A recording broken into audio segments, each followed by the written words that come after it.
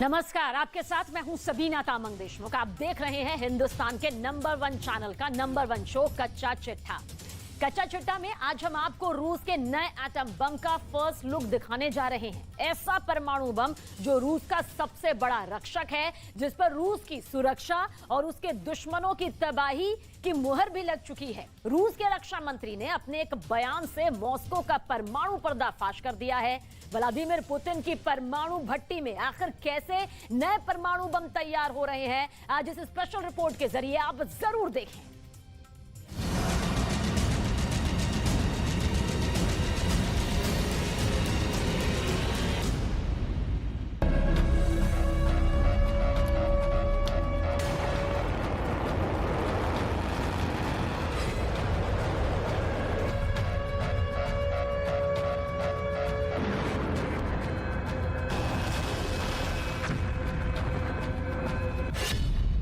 परमाणु युद्ध की दुनिया में नया धमाका।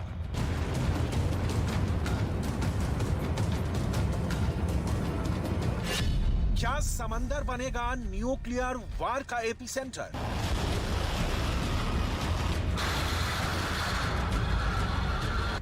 क्या रूस समंदर में परमाणु बम का जाल बिछा रहा है?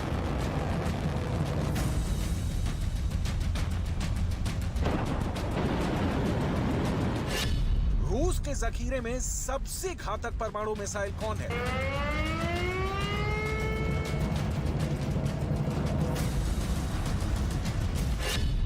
रूस का सीक्रेट न्यूक्लियर कमांड पर्दाफाश।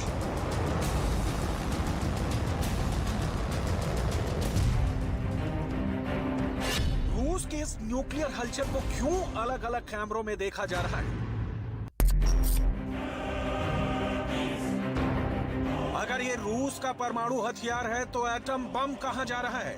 जिन परमाणु हथियारों को दुनिया के देश रहस्य के 7 तालों में बंद करके रखते हैं, उसे पुतिन की सेना ऐसे खुलेआम कहां ले जा रही है?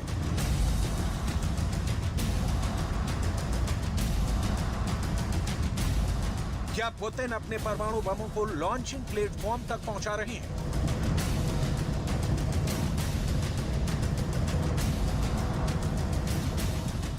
क्या रूस की न्यूक्लियर फोर्स यहां परमाणु बम सेट कर रही है?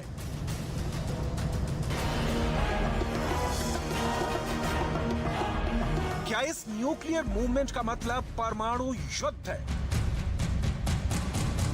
ऐसा रूस ने पहली बार नहीं किया है। एक हफ्ते में रूस ने तीसरी बार अपने परमाणु हथियारों को दुनिया को ऐसे खुलेआम दिखाया है।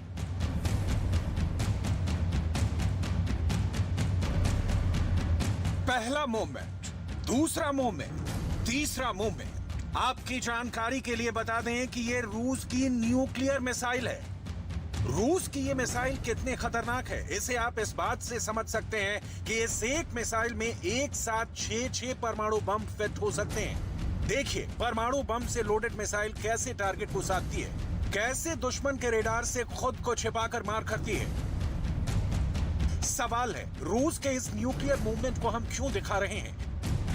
क्या पुतिन की न्यूक्लियर फोर्स नया परमाणु त्रिशूल बनाने में लगी है, जिसकी मदद से जल, थल और नभ से एक साथ परमाणु हमला किया जा सकता है? एक ऐसा नया परमाणु त्रिशूल जिसका पहला कमांड सेंटर जमीन पर रहेगा, दूसरा कमांड सेंटर आसमान में रहने वाला है, तीसरा कमांड सेंटर समंदर की लहरों में तैरता रहेगा, वहीं चौथा और सबसे सीक्रेट कमांड सेंटर समंदर के अंदर पनडुब्बी में रहेगा। रूस के इस नए परमाणु त्रिशूल के बारे में बताने की बहुत बड़ी वजह है। यूक्रेन युद्ध के बीच रूस के रक्षा मंत्री सर्गेई शोइगु ने बहुत ही बड़ा बयान दिया है। शोइगु ने कहा है कि रूस परमाणु हथियारों का विकास करना जारी रखेगा और इसकी तबाही मचाने वाली क्षमता को और बढ़ाएगा। Продолжим развивать ядерную триаду и поддерживать ее боеготовность, поскольку ядерный щит был и остается главным гарантом суверенитета и территориальной целостности нашего государства. रूस के रक्षा मंत्री सर्गेई शोइगु का यह बयान इंटरनेशनल हेडलाइन बना हुआ है, क्योंकि अपने इस बयान में रूस के रक्षा मंत्री ने पुतिन के परमाणु सोच को साफ साफ शब्दों में जाहिर कर दिया है। रूस के रक्षा मंत्री सर्गेई शोइगु का कहना है कि रूस परमाणु हथियारों का विकास करना जारी रखेगा, क्योंकि परमाणु हथियार रूस की संप्रभुता की मुख्य गारंटी है। परमाणु बम ले जाने में सक्षम बैलिस्टिक मिसाइलों का प्रोडक्शन जारी रहेगा। न्यूक्लियर अटैक करने में सक्षम पनडुब्बियों और बम वर्षकों का और विकास किया जाएगा। Мы будем повышать боевые возможности воздушно-космических сил и в части работы истребителей и бомбардировщиков в зоне действия современных систем ПВО и в части совершенствования беспилотных летательных аппаратов. सर्गेई शोइगु का साफ साफ शब्दों में कहना है कि रूस के असली रक्षक उसके परमाणु बम ही है। परमाणु हथियारों के दम पर ही रूस अपनी संप्रभुता और क्षेत्रीय अखंडता को बनाए रखने में सक्षम रहा है। यही वजह है कि रूस परमाणु हथियारों के विकास को आगे बढ़ाना जारी रखेगा। इस खास मीटिंग में रूस के रक्षा मंत्री ने अपने एक बयान से दुनिया के 6 सवालों के जवाब दे दिए हैं। परमाणु युद्ध की तैयारी को कैसे बढ़ाना है, आने वाले दिनों में किस रणनीति से युद्ध लड़ना है, रूस की सेना को किस मोर्चे पर ज्यादा ध्यान देना है, सेना की तादाद बढ़ाकर कितनी करनी है, सेना की ताकत बढ़ाने के लिए कौन कौन से नए हथियार मिलने जा रहे हैं, नए हथियारों की तैनाती कहां होनी है।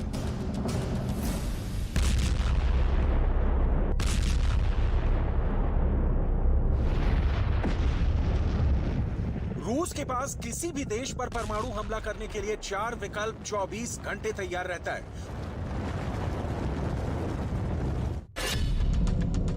परमाणु हमले का विकल्प नंबर 1,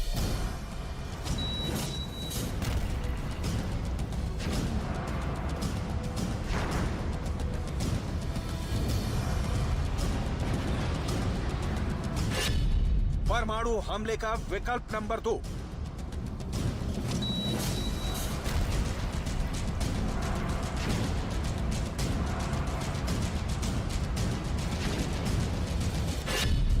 परमाणु हमले का विकल्प नंबर 3,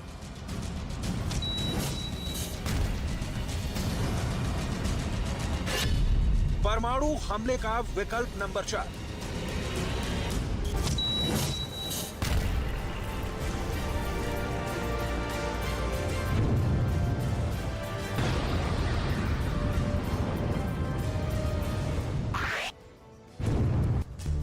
परमाणु हमले के इस 4 विकल्प में से किसी भी एक विकल्प का इस्तेमाल हुआ तो दुनिया दहल जाएगी।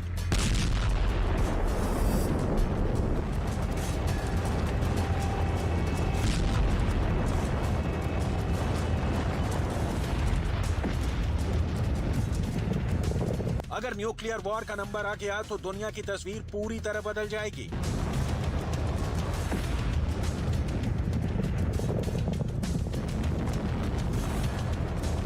ऊपर से रूस के रक्षा मंत्री सर्गेई शोइगु का बयान और डराने वाला है, क्योंकि उनके बयान में 2023 में रूस के परमाणु प्लान का ट्रेलर है। В текущий момент в 5 соединениях ракетных войск стратегического назначения обеспечено строительство объектов инфраструктуры для размещения новых ракетных комплексов. При подготовке перечня объектов капитального строительства на 2023 год особое внимание будет уделено строительству в интересах стратегических ядерных сил. सुना आपने, रूस के रक्षा मंत्री सर्गेई शोइगु का कहना है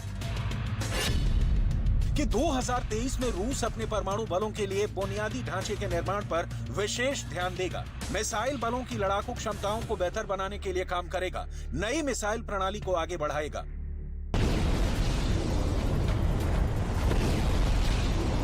रूस के पास दुनिया भर में सबसे अधिक परमाणु हथियार हैं। रूस के पास दुनिया का सबसे बड़ा और सबसे विध्वंसक परमाणु बम है। बावजूद इसके 2023 में रूस का सबसे अधिक जोर अपने न्यूक्लियर प्रोग्राम पर रहने वाला है। रूस की न्यूक्लियर फोर्स की बुनियादी ढांचे को और बड़ा बनाने पर रहने वाला है। Подготовки перечня объектов капитального строительства на 2023 год особое внимание будет уделено строительству в интересах стратегических ядерных сил. रूस के परमाणु शस्त्रागार के बारे में दुनिया जितना जानना चाहती है, रूस उसे उतना ही छिपाता रहा है। दुनिया भर की खुफिया एजेंसियों की नजर रूस के परमाणु ठिकानों पर रहती है। सीप्री की रिपोर्ट के मुताबिक साल 2016 में रूस ने परमाणु हथियारों पर 1080 करोड़ डॉलर खर्चा किया था, जो साल 2020 में कम होकर 800 करोड़ डॉलर पर पहुंच गया। लेकिन अब 2023 में रूस एक बार फिर परमाणु हथियारों पर खर्च बढ़ाने जा रहा है। सीपरी का दावा है कि रूस ने साल 2011 से 20 तक के परमाणु रणनीति को ऐसे वक्त में तय किया था जब रूस के हालात बहुत अच्छे नहीं थे। उस वक्त रूस नए हथियारों को हासिल करने में असमर्थ था, लेकिन अब हालात काफी हद तक बदल गए हैं। रूस ने अपनी न्यूक्लियर फोर्स को बड़े पैमाने पर मॉडर्नाइज किया है। अब रूस जिस परमाणु रणनीति को आगे बढ़ा रहा है उसे 2018 से 2027 तक के लिए तय किया गया है। इस रणनीति के मुताबिक सामरिक परमाणु बलों में सुधार रूस की सर्वोच्च प्राथमिकता बनी हुई है। रूस में परमाणु हथियारों के लिए 3 संस्थाएं काम करती हैं। पहला रोसाटॉम, दूसरा 12वीं गोमो और तीसरा strategic rocket force RVSN। Rosatom रूस के परमाणु हथियारों के सभी तरह के विकास और उत्पादन के लिए जिम्मेदार है। रूस के 10 शहरों में रोसाटॉम की खुफिया यूनिट है। रोसाटॉम में कुल 2.5 लाख लोग काम करते हैं, जिनमें से 95,000 परमाणु हथियारों की रिसर्च और विकास का काम करते हैं। बाकी 1,55,000 लोग परमाणु बमों के प्रोडक्शन यूनिट में काम करते हैं। रूस की 12वीं GUMO परमाणु हथियारों के स्टोर, ट्रांसपोर्ट और सुरक्षा की जिम्मेदारी निभाती है। 12वीं GUMO में करीब 50,000 लोग काम करते हैं, जिनमें से 45% अधिकारी हैं। वहीं strategic rocket force RVSN silo और ICBM यानी इंटरकॉन्टिनेंटल बैलिस्टिक मिसाइल की जिम्मेदारी निभाता है। इसमें 70,000 से अधिक लोग काम करते हैं। रूस के यही वो ठिकाने हैं जहां उसने अपने परमाणु हथियार छुपा रखे हैं। इन किसी भी तहखाने से परमाणु बम निकलेगा और मिसाइल लॉन्चर तक पहुंच जाएगा।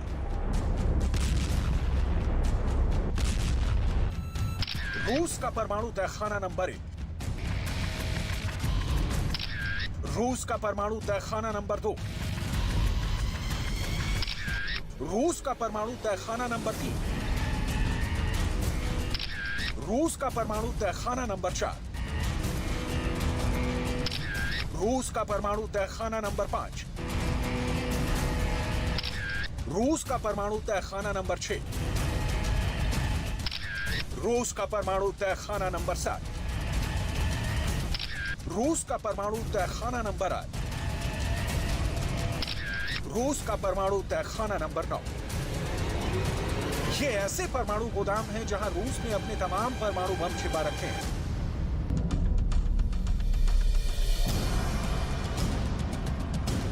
जिसमें से सबसे खास परमाणु तहखाने हैं ब्रांस्क 18, अमूर 31, बेलग्राड। रूस के मैप पर आप जो ये पीले पॉइंट देख रहे हैं, वहां रूस ने परमाणु बम जमा कर रखे हैं। ये रूस के कुल 25 परमाणु तहखानों की पक्की लोकेशन है। रूस के मैप पर आप जो ये लाल रंग के पॉइंट देख रहे हैं, वहां पर रूस ने अपने टैक्टिकल परमाणु हथियार जमा कर रखे हैं। ये रूस के कुल 12 टैक्टिकल परमाणु हथियार के गोदाम की पक्की लोकेशन। परमाणु युद्ध से दुनिया का हर एक देश खौफ खाता है। एक ऐसा हथियार जिसकी काट अब तक दुनिया का कोई देश नहीं बना पाया। न्यूक्लियर बम का जवाब सिर्फ न्यूक्लियर बम से ही दिया जा सकता है, या फिर युद्ध में हार मानकर। यही वजह है कि दुनिया के सुपर पावर परमाणु हथियारों की ताकत बढ़ाने में जुटे होते हैं। रूस ने अपना पहला परमाणु परीक्षण 29 अगस्त 1949 को किया था।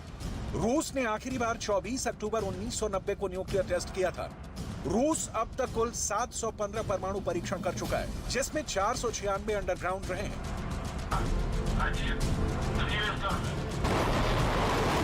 रूस की न्यूक्लियर फोर्स का दावा है कि एक परमाणु मिसाइल को सिर्फ 7 मिनट में लॉन्च किया जा सकता है। खास बात यह है कि रूस अपने न्यूक्लियर बेस से यूक्रेन से लेकर अमेरिका तक को निशाना बना सकता है। रूस के इन परमाणु तैयारी की तस्वीरों के सामने आने के बाद रूस के रक्षा मंत्री का परमाणु हथियारों के विकास को जारी रखने वाला बयान और तनाव बढ़ाने वाला साबित हो सकता है।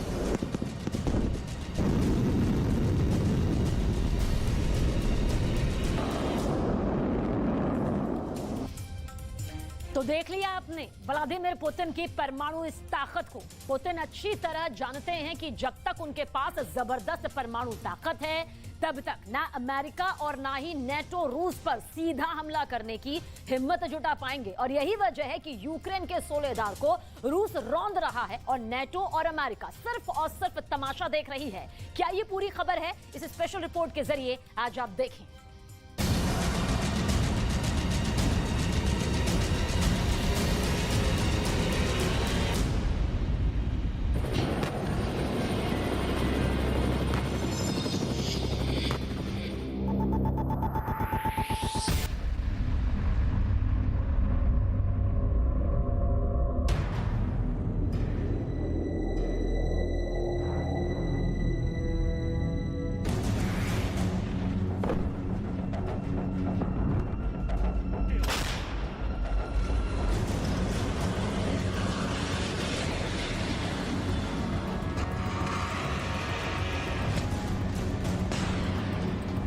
321 दिन की भयानक जंग के बाद ये क्यों दावा किया जा रहा है कि राष्ट्रपति पुतिन के पास अब जीतने का सिर्फ एक ही रास्ता है, वो है भयानक परमाणु जंग।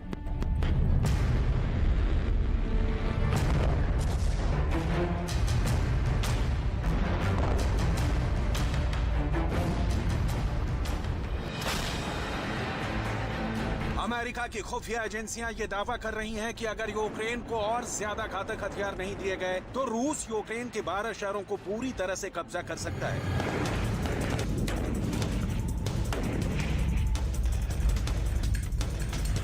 अब नाटो ये कहने को क्यों मजबूर हुआ है कि आने वाली जंग इतनी खौफनाक और भयानक हो सकती है जो दुनिया की 1/3 आबादी का सफाया कर सकती है?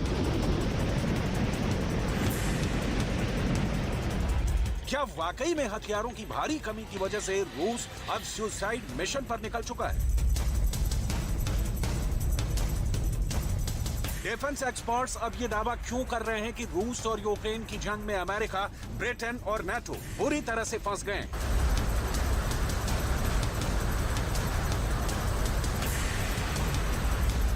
क्या पुतिन आने वाले दिनों में यूक्रेन के अंदर कुछ ऐसा करने जा रहे हैं जो हिटलर के खौफनाक करतूतों को भी पीछे छोड़ देगा?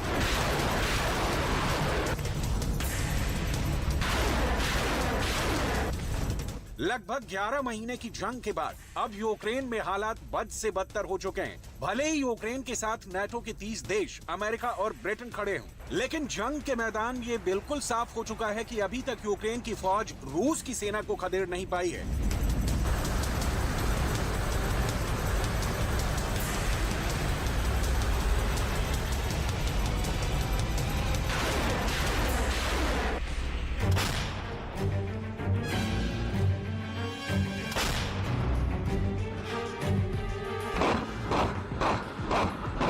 यूक्रेन की बर्बादी की तस्वीरें और तबाही साफ दिखा रही है। रूस की मिसाइल, टैंक, तोपखाने और आत्मघाती ड्रोन्स के ताबड़तोड़ हमलों ने ज़ेलेंस्की के यूक्रेन को जहन्नुम बना दिया है। पूर्वी यूक्रेन के खार्किव और डोनबास में इस वक्त यूक्रेन ने भारी तबाही मचाई हुई है। खुद ज़ेलेंस्की तक मान चुके हैं कि पुतिन के इरादे बेहद क्रूर हैं।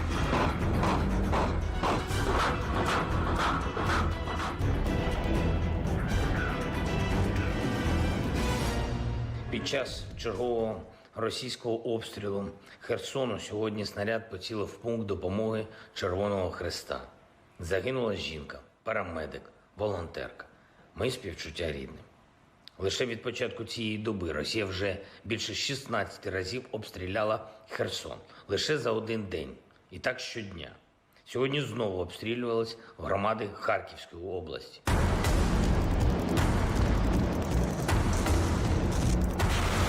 पुतिन की फौज यूक्रेन में सीरियल अटैक कर रही है। 6 और 7 जनवरी 2023 को रूस ने भले ही 2 दिन का सीज फायर बताया हो, लेकिन हकीकत में पुतिन ने पूर्वी यूक्रेन पर भयानक हमले किए हैं। लेकिन इस बीच अब ऐसी खबर आ रही है कि पुतिन यूक्रेन समेत नाटो के कई यूरोपीय देशों पर एटम बम से अटैक कर सकते हैं। पुतिन अपनी मिसाइलों या बम वर्षकों से एटम बम या तो यूक्रेन पर गिरा सकते हैं या फिर किसी यूरोपीय देश पर।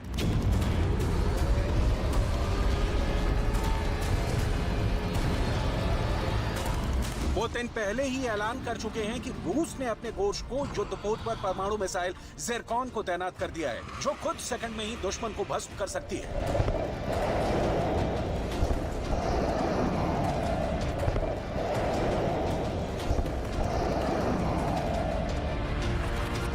Сейчас и вот здесь, что называется, хочу поблагодарить прежде всего специалистов оборонно-промышленного комплекса, которые разработали и серийно начали производить это уникальное оружие. Как я уже сказал, аналогов ему нету ни в одной стране мира. Уверен, такое мощное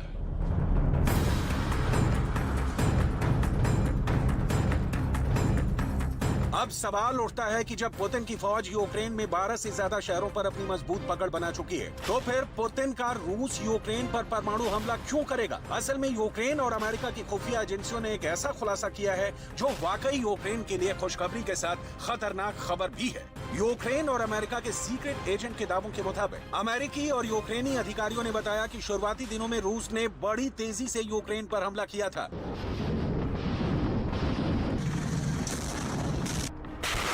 जैसे जैसे युद्ध लंबा खिंचता गया, हथियारों की कमी के कारण रूसी हमले भी धीमे होते गए। इन हमलों का धीमा होना इस बात का सबूत है कि रूसी हथियारों के जखीरे में भारी कमी आ चुकी है। वहीं दूसरी तरफ यूक्रेन के लिए पश्चिमी देशों की सैन्य मदद बढ़ती जा रही है।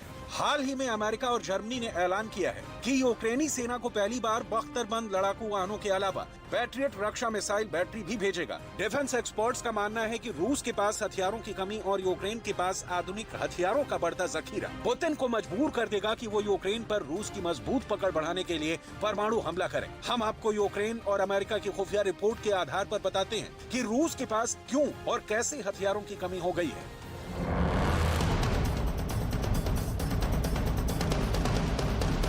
पुतिन के 75% हथियार खत्म। लगभग 11 महीने की जंग में रूस के पास 75% हथियारों की कमी हो गई है। रूस अपने विशाल हथियारों के जखीरे के दम पर इस जंग में अब तक टिका हुआ है। रूस के पास क्रूज और बैलिस्टिक मिसाइलों की कमी हो गई है। टैंक, तोप और रॉकेट्स की कमी भी रूस के पास हो गई है। गोला बारूद का स्टॉक तेजी से खत्म हुआ है। रूस पुराने हथियारों को मजबूरी में इस्तेमाल कर रहा है। खुफिया रिपोर्ट के मुताबिक पिछले 1 महीने से रूस की सेना कई मोर्चों पर 40 साल पुराने हथियारों का इस्तेमाल किया है।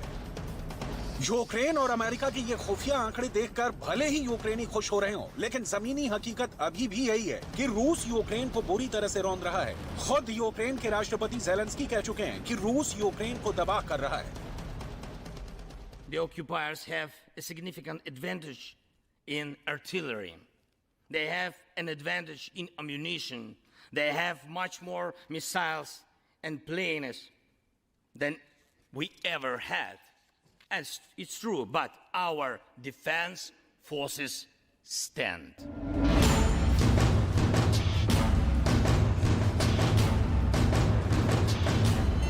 अगर हम यूक्रेन और अमेरिका की खुफिया रिपोर्ट के दावे को सही मान लें कि रूस के 75% हथियार खत्म हो चुके हैं, तो इस खबर में यूक्रेन और नाटो के लिए खुश होने से ज्यादा खबर ये है कि अब पुतिन को रूस के वजूद को बचाने के लिए भयानक परमाणु जंग करनी हो, और इसके लिए पुतिन जंग के पहले दिन से ही खौफनाक परमाणु युद्ध की तैयारी कर चुके हैं। पुतिन ने बेलारूस में जहां अपनी परमाणु मिसाइलें तैनात कर दी हैं, तो वहीं रूस के जंगी युद्धपोत गोर्शको पर परमाणु मिसाइल ज़िरकॉन को तैनात करके उसे ब्रिटेन की तरफ भेज दिया गया है। यानी अब पुतिन के पास 2 ही रास्ते बचे हैं, या तो परमाणु युद्ध से जंग जीतो या फिर रूस की तबाही देखो। इसीलिए पुतिन के कमांडर और रक्षा मंत्री अब पूरा फोकस परमाणु मिसाइलों पर कर चुके हैं। Корабль, вооруженный цирконами, способен наносить точечные и мощные удары по противнику на море и на суше. При этом особенностью гиперзвуковых ракет «Циркон» является возможность гарантированно преодолевать любые современные перспективные системы ПВО-ПРО.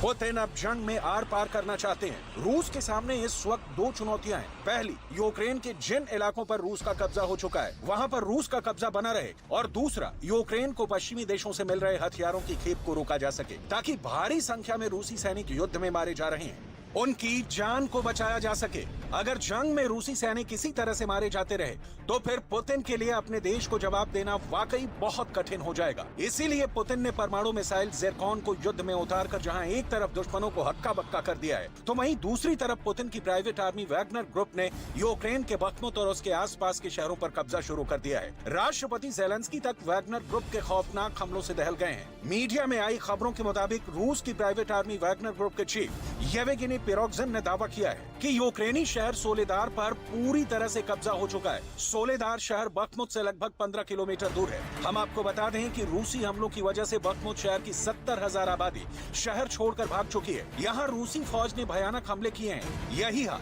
अब बख्मुत के बाद सोलेदार शहर का होने जा रहा है। पुतिन ने जीता यूक्रेन का सोलेदार। वैगनर ग्रुप के चीफ येवगेनी पिरोगजिन यहां तक दावा कर रहे हैं यूक्रेन के सोलेदार पर रूस का कब्जा पिछली गर्मियों के बाद जंग में मॉस्को की सबसे बड़ी जीत है। खबर के मुताबिक वैगनर ने यूक्रेनी सेना को सोलेदार शहर के बीचों बीच घेर लिया है। ब्रिटेन के रक्षा मंत्रालय का भी मानना है कि रूस के कब्जे में सोलेदार आ चुका है। वैगनर ग्रुप और यूक्रेनी सेना के बीच जंग 200 किलोमीटर लंबी नमक खदान की सुरंगों के आसपास हो रही है। हालांकि यूक्रेनी सेना दावा कर रही है कि सोलेदार शहर पर अभी भी यूक्रेन का कब्जा है। यूक्रेन दावा कर रहा है कि उसके सैनिक सेकेंड वर्ल्ड वॉर की तरह सोलेदार की जंग कर रहे हैं और अभी रूसी सेना का सोलेदार पर कब्जा नहीं हुआ है। इतना तो तय है कि यूक्रेन पर रूसी सेना भारी पड़ रही है। अगर यूक्रेन जंग जीत रहा होता तो राष्ट्रपति जेलेंस्की को टीवी पर यह नहीं कहना पड़ता कि बख्मुत, क्रेमिना और डॉनबास में रूसी सेना के घातक हमलों का सामना करना पड़ रहा है। Креміна та інші напрямки на Донбасі, які потребують зараз максимуму сил і концентрації. Ситуація там важка, болісна. Окупанти витрачають усі доступні їм ресурси, а це значні ресурси, щоб вичавити хоча б якесь просування. І я дякую всім нашим хлопцям, які стоять на позиціях, стоять міцно і які все ж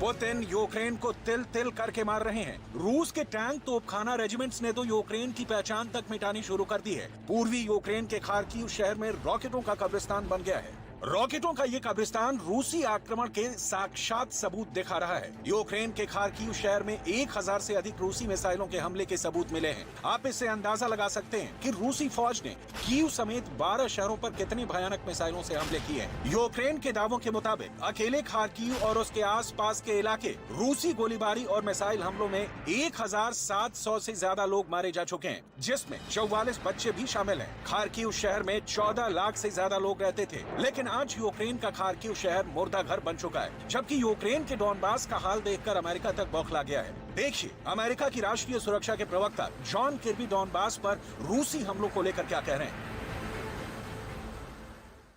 The fighting there in the Donbass has been quite intense in recent weeks.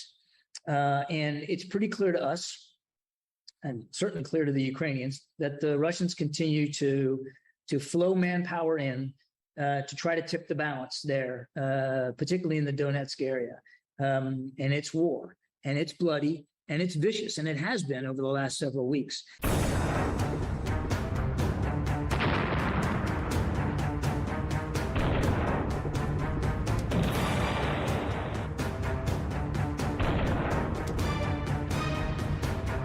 ऐसे हालात में अगर यूक्रेन और अमेरिका की खुफिया एजेंसियां ये दावा करें कि लगभग 11 महीने की जंग में रूस के 75% हथियार खत्म हो चुके हैं, तो फिर ऐसी स्थिति में पुतिन क्या करेंगे। डिफेंस एक्सपर्ट्स के मुताबिक अगर रूस के हथियारों का जखीरा 75% तक खत्म हो चुका है, तो इसका सीधा सा मतलब है कि अब पुतिन को परमाणु जंग करनी ही पड़ेगी। अगर यूक्रेन और नेटो जंग रोकने पर राजी नहीं हुए, तो शायद इसीलिए पुतिन ने 4 जनवरी 2023 को रूसी सेनाओं को आदेश दे दिया था कि यूक्रेन में चल रहे रूस के स्पेशल ऑपरेशन के तहत ज़िरकॉन हाइपरसोनिक परमाणु मिसाइल को तुरंत अटलांटिक महासागर में भेजा जाए। जिसके बाद रूसी युद्धपोत एडमिरल गोर्शको को ज़िरकॉन मिसाइल के साथ ब्रिटेन की तरफ भेज दिया गया है। यानी पुतिन जंग में बिल्कुल साफ संदेश दे रहे हैं कि रूस की 11,265 किलोमीटर प्रति घंटे की रफ्तार से उड़ने वाली परमाणु मिसाइल ज़िरकॉन यूरोप को भस्म कर देगी और 1000 किलोमीटर में रूस का कोई भी दुश्मन इसका मुकाबला नहीं कर पाएगा। यानी अगर हथियारों की कमी की वजह से रूस की सेना को यूक्रेन से हटना पड़ा, तो उससे पहले पुतिन परमाणु मिसाइलों को यूक्रेन और यूरोप पर दागकर परमाणु सुनामी ला सकते हैं।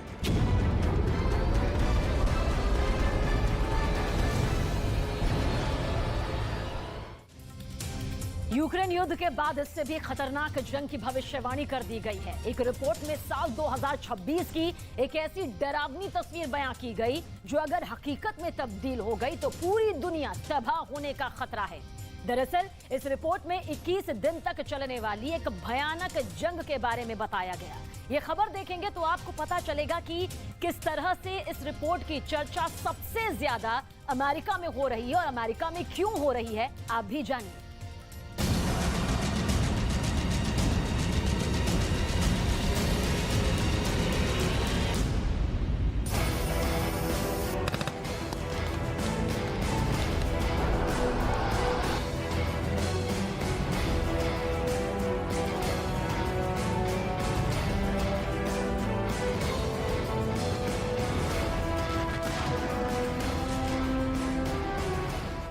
अमेरिका और चीन के बीच 21 दिन युद्ध चलेगा। अमेरिका के 2 एयरक्राफ्ट कैरियर डुबो दिए जाएंगे। अमेरिका के 700 से ज्यादा फाइटर जेट चीन तबाह कर देगा। रोज अमेरिका और चीन के 300 सैनिक मारे जाएंगे। अमेरिका का गुआम मिलिट्री बेस समंदर में समा जाएगा। अमेरिका की सेना 20% खत्म हो जाएगी और इस युद्ध में चीन की पूरी फौज का नामो निशान मिट जाएगा।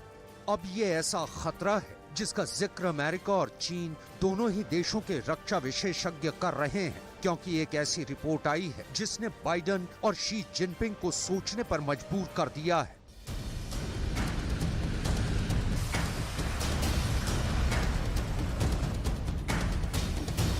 Centre for strategic and international studies ने दुनिया भर के चुनिंदा रक्षा विशेषज्ञों की मदद से ताइवान जंग पर एक रिपोर्ट तैयार की है।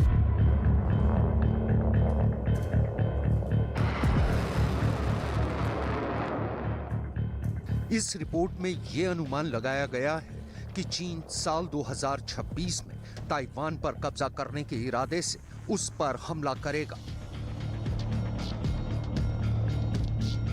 अमेरिका और ताइवान में हुए रक्षा करार के मुताबिक अमेरिका इस जंग में ताइवान की मदद के लिए आएगा। लिहाजा ऐसे हालात में चीन और अमेरिका के बीच सीधी जंग लड़ी जाएगी। इतना ही नहीं, ताइवान जंग में एक तरफ चीन तो दूसरी तरफ ताइवान, अमेरिका और जापान होंगे और इस जंग की वजह से चीन, अमेरिका, ताइवान और जापान को भारी नुकसान उठाना पड़ेगा। इस रिपोर्ट को तैयार करने वाले रक्षा विशेषज्ञों ने ताइवान जंग के दौरान अमेरिका, चीन, जापान और ताइवान को होने वाले भारी नुकसान का भी एक अनुमान लगाया है।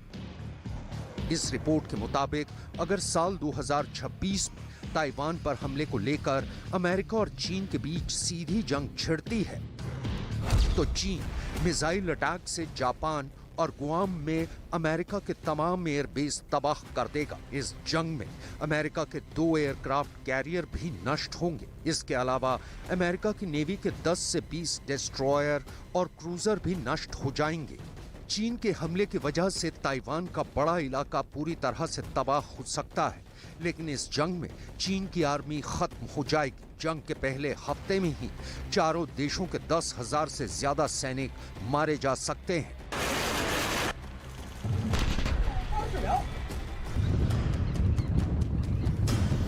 इस रिपोर्ट को तैयार करने वाले रक्षा विशेषज्ञों का मानना है कि ताइवान पर चीन के कब्जे का प्लान किसी भी सूरत में कामयाब नहीं हो सकता और अपने नतीजे पर पहुंचने से पहले इन तमाम रक्षा विशेषज्ञों ने अमेरिका और चीन के बीच सीधी जंग के 24 सिनेरियो को टेस्ट किया, यानी जंग के 24 परिणामों को परखा। रिपोर्ट बनाने वाले रक्षा विशेषज्ञों के मुताबिक अगर जंग की सूरत में अमेरिका ताइवान की मदद नहीं करता तो चीन 3 महीने में ताइवान पर कब्जा कर लेगा।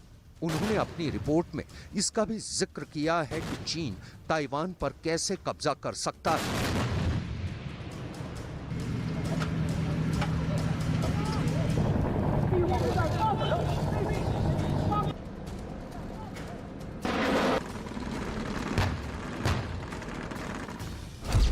चीन ताइवान पर हमले की शुरुआत एयर अटैक से करेगा और कुछ ही घंटों में ताइवान की नेवी और एयरफोर्स को तबाह कर देगा। इसके बाद चीन की नौसेना ताइवान को घेर लेगी। फिर